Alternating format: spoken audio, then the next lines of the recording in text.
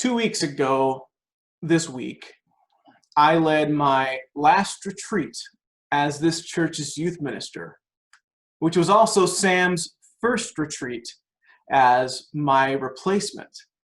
And Larry Stevens gave his last sermon as this church's preaching minister. And the following week, I gave my first as his replacement. And I think I can speak for all three of us when I say that it's been a very good 2 years, not just for us, but for our church. It was an important transition for us all, but it's one that I'm thankful to say has gone very well. However, I think I can speak for all of us too when I say that things aren't quite how I imagined they would be in 2020. A pandemic wasn't in my 5-year plan, or 10-year or 15-year plan. So next week, our summer intern, Philip Fitzsimmons, will be arriving for a very unusual time, a very unusual summer. And we've talked it over, and he's decided that he still wants to come, and I'm glad that he is. Because we both agree that this is a good opportunity for him to learn about ministry, because I certainly didn't learn any of this in a classroom. And it often isn't the way we plan things. But when you work with God, you have to get used to surprises. And you have to get used to transition and change. Something that I've learned in ministry is that we are always in transition. I mean, just looking at the faces of our church, we see that people come and go. There are people that have been part of our church for decades, and some who have just recently joined us.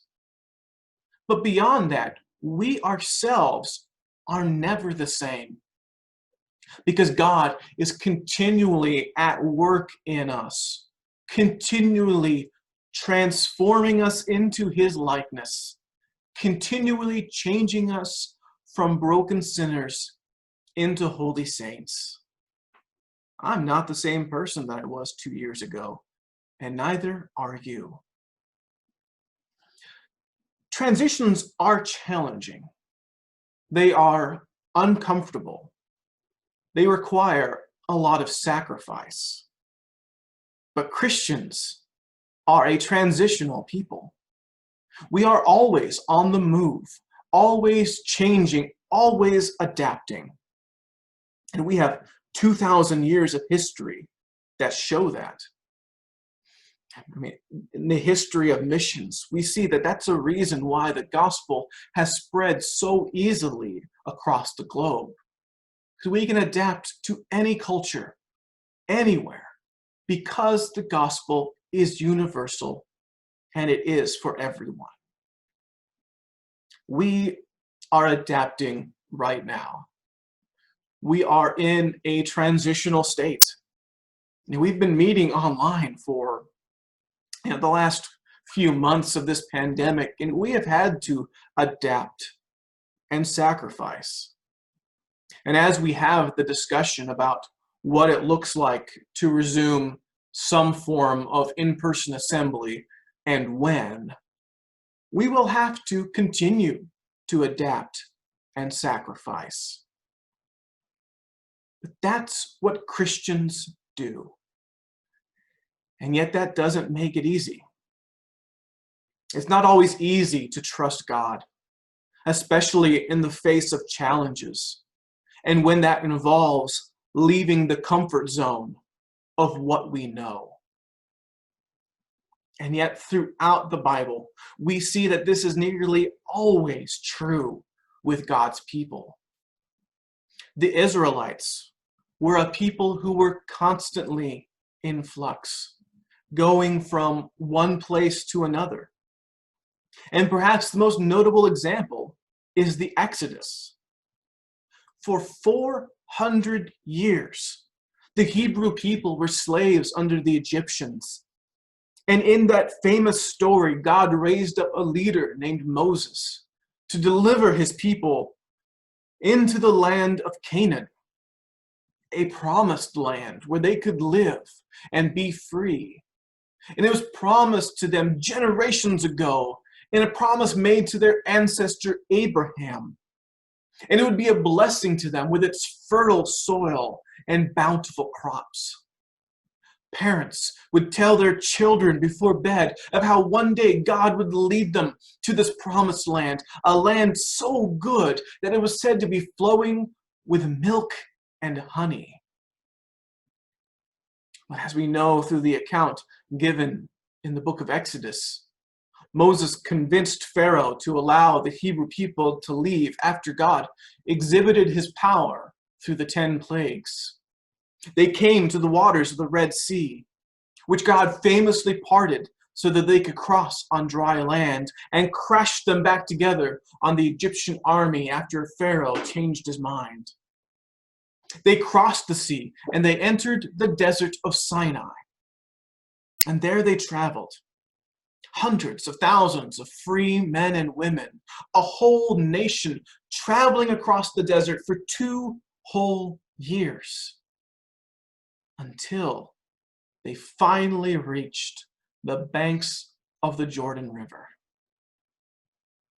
After walking for so long in that hot and dusty desert, here they were standing at the southern border of Canaan, this land that was legend. With their very own eyes, they could see across the river to their new home, the one that their grandparents had dreamed about while breaking rocks and hauling bricks under the hot Egyptian sun. While at times they may have wondered if such a place really existed, they were here at last. All they had to do was cross the Jordan. The promised land was in their sights. Now, the people were excited, but they also wanted to be careful and prepared. Before the entirety of their newly liberated nation entered the land, women and children and livestock and all, they wanted to know everything about it. And so in Numbers chapter 13, Moses sent out 12 spies to scope out the land, one from each tribe of Israel. Moses wanted a full report on everything related to Canaan. And so the spies went out, surveying the land far and wide. They moved for several weeks, even months, exploring to the north, to the south, to the east, and to the west. And they were very thorough, learning all that they needed to know about this place that God had led them to.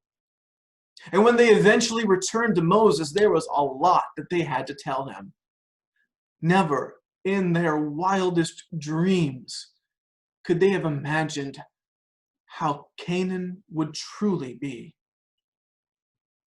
They returned to Moses bearing a single cluster of grapes that was so massive it took 2 men to carry it on a pole between them. Now think about this for a second. If I go down to the street to Kroger, you'd be lucky to find a cluster of grapes the size of a softball. Can you imagine the look on Moses' face as he sees this pile of grapes so massive that this one branch, it must have weighed at least 50 pounds. And to this, the spies give their account of what they saw, that this was truly an amazing land full of rich and fertile soil. And this was the fruit to prove it. They could grow their own crops here and do so easily and with abundance in a way that they never could have done so in Egypt. This, the spies said, truly is the land flowing with milk and honey, and it was awesome. But there was a catch. So while this land was wonderful beyond belief, it wasn't empty. There were people living there. and they were not people to be trifled with. The spies reported them to be a powerful people with strong, fortified cities with massive walls protecting them. They were much stronger than them. And it would not have been easy for a heavily armed, well-equipped army to overcome them, much less a fledgling young nation that had been traveling in the desert for 2 years.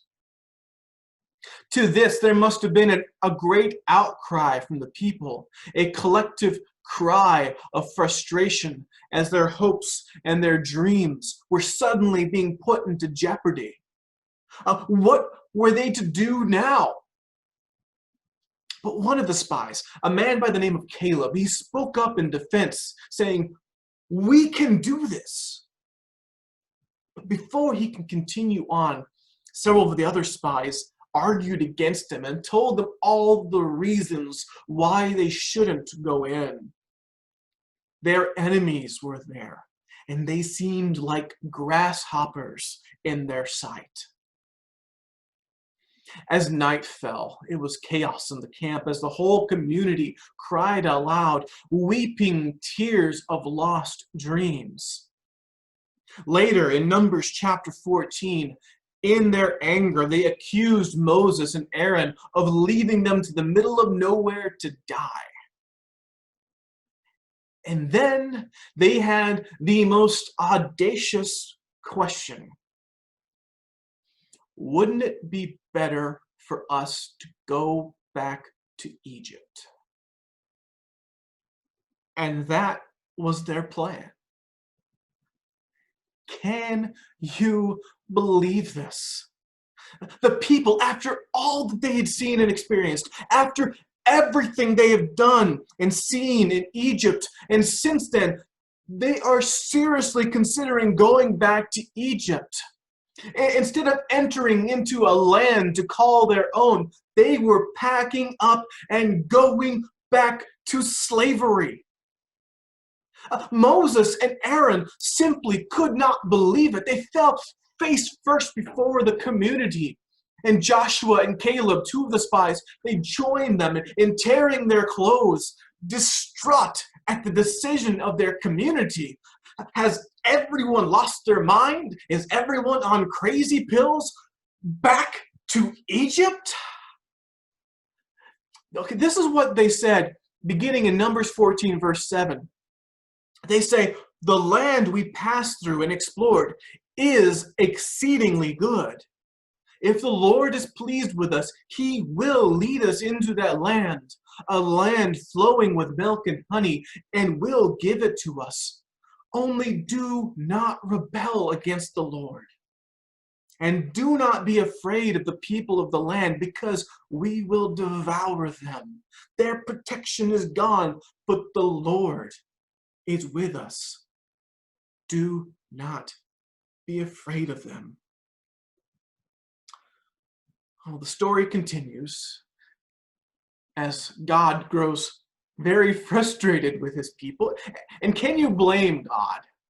He has answered their cries, delivered them from their oppressors, doing many miraculous and wonderful things on their way. But now they decide that they can't trust him to lead them into the land that he has provided for them. How long will they continue to refuse to believe me? God asked Moses in exasperation. And it took a lot of arguing for Moses to convince God not to wipe them out then and there. Unfortunately, Moses won out and God relented on the fire and brimstone. But this is not without consequences. See, God would make good with his promise to give this land to Israel, but it would not be to the disobedient people who chose not to cross into it. The people would famously wander through the desert for 40 years until that generation died. Then their children and grandchildren would be given a second chance to cross. They were so close. What stopped them? Why didn't they cross the Jordan? Their greatest weakness an obstacle, was that they were blinded by their fear. Actually, I think it's more accurate to say that their vision was blurred. As they looked back on their time in Egypt, they could no longer see how horrible their lives were under Egyptian oppression, but instead saw going back to Egypt as a better option than the promised land. Because of their fear, they could no longer see the powerful signs and wonders that God had already given. And it was their fear that kept them from crossing the Jordan, seeing only danger and impossibility, and not seeing that God was protecting them even still. I love this story because in many ways we find ourselves standing at the banks of the river. This is a story that I have reflected on many times in my life through many different transitions. In each and every one, I have had to believe and trust that God was with me. Because it is easy to want to go back to what we know, even if it is metaphorically Egypt. But if we are to go where God is leading us, we must not be afraid. We must also not be foolish or hasty. The people didn't rush in, but they waited months for the spies' report, and that was wise. We have to do our due diligence, and we are doing that right now. But every step of the way, in every stage of transition, we must trust and we must have faith. Transitions are not easy, and they aren't always fun, but good things require them. And in these times, we have a choice. Do we trust God enough to let Him lead us? When we look to the future with God, He does not promise us that it will be easy, but He promises us that it will be good. Next week, we'll be beginning a series on the book of Deuteronomy. This was a series that I've actually been planning for months, even before the pandemic hit us. And I've considered whether it's still appropriate, and I've decided that, yeah, it is. Deuteronomy is the story of the next generation of Israelites who, after 40 years in the desert, are finally about to cross the Jordan into the promised land, for real this time. But before they do, Moses has several things to remind them about God and what it means to be a community in a faithful covenant relationship with God. And as we will see, Moses' speeches speak to the church today just as much as it did with God's people back then. Trust in the Lord your God. Be strong and courageous, and do not be afraid. Amen.